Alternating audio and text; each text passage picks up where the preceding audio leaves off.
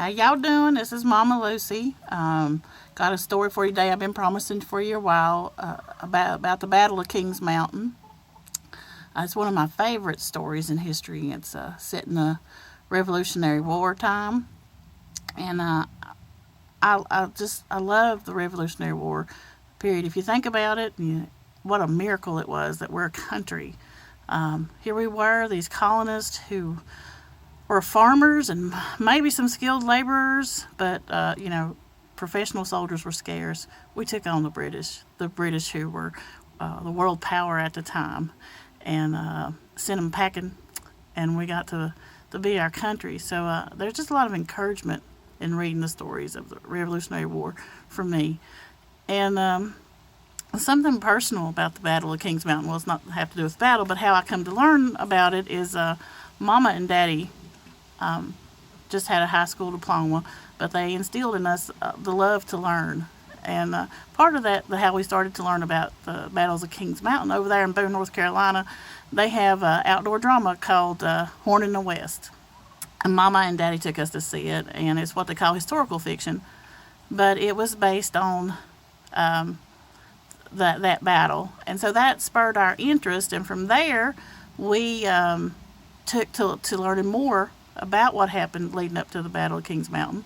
And come to find out, William Campbell, who lived in our hometown, was right there for us to learn about. And from there we went to Sycamore Shoals, where they gathered together, the mountain men of East Tennessee and Southwest Virginia, to travel over those mountains to fight this battle.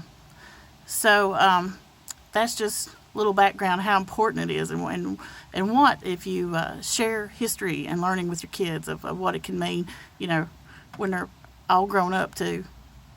So let's set the scene here. It was 1780. Basically, the Continental Army and us colonists were getting our butts kicked by the big old British. We were down and out, and it didn't look good, and it wasn't good. So the South hadn't been really engaged in that time, and they decided that was going to be, the British did, that's going to be easy. Ha ha, that's pretty funny to me. Think about that. They thought they was just going to come in, and that was going to be the easy part. So a Scotsman, who was Major Ferguson, was given the task to take on the South. And he knew that, the Appalachian Mountains was full of these Ulster Scots. And he understood the fact that big words like liberty and even freedom, didn't really mean a whole lot. They were free probably for the first time in the mountains to do as they pleased. They got kicked out of Scotland into Ireland and come here. So they weren't really, take up a gun, let's go. They had their turn with the British. So he knew, but they did support the Continental Army, and some did. But he knew to draw them out, to get them to turn off their support altogether. He needed to goad them. He knew how to get to them. He knew how to get to those Scots. And he put out the word that if they didn't not support the Continental Army, that he was going to come burn them out. He's going to burn their land, take their women, and that's what it means to these folks and the mountain folks today. It's your family and your land.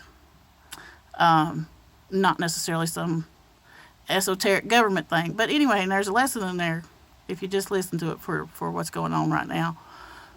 So anyway, and they weren't going to have that. They weren't going to lay there and wait. So they got together there at Sycamore Shoals, and you can go visit that. There's a park there that has a fort kind of thing that you can go look. It's really neat. And they're called Over the Mountain Men because they went over the mountains into South Carolina. Kings Mountain is in South Carolina. It is actually more of like a plateau on top. It builds up and flattens off. And so Ferguson thought, this is going to be easy. Well, this will be no time at all. Well, he was fooled. And needless to say, the man didn't walk back off that mountain. Over the mountain, the men won that battle that day. And so many folks say that was the turning point in the Revolutionary War. That gave the hope that we needed to continue to press on and win and do the things we did. And that battle was won by Appalachian folk who taught, who just like us, just plain folk.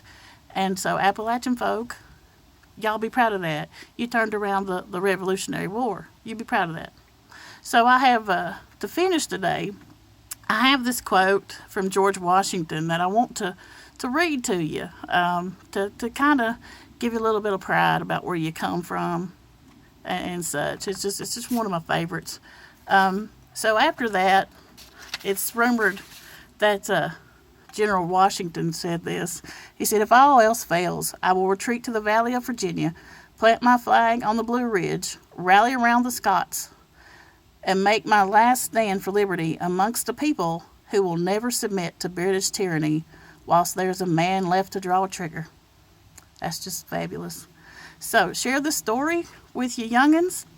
I encourage you to go see Horn in the West in Boone. Go visit Sycamore Shoals. Also, look up a lady by the name of Nancy Ward. She was a Cherokee woman who had a part in this.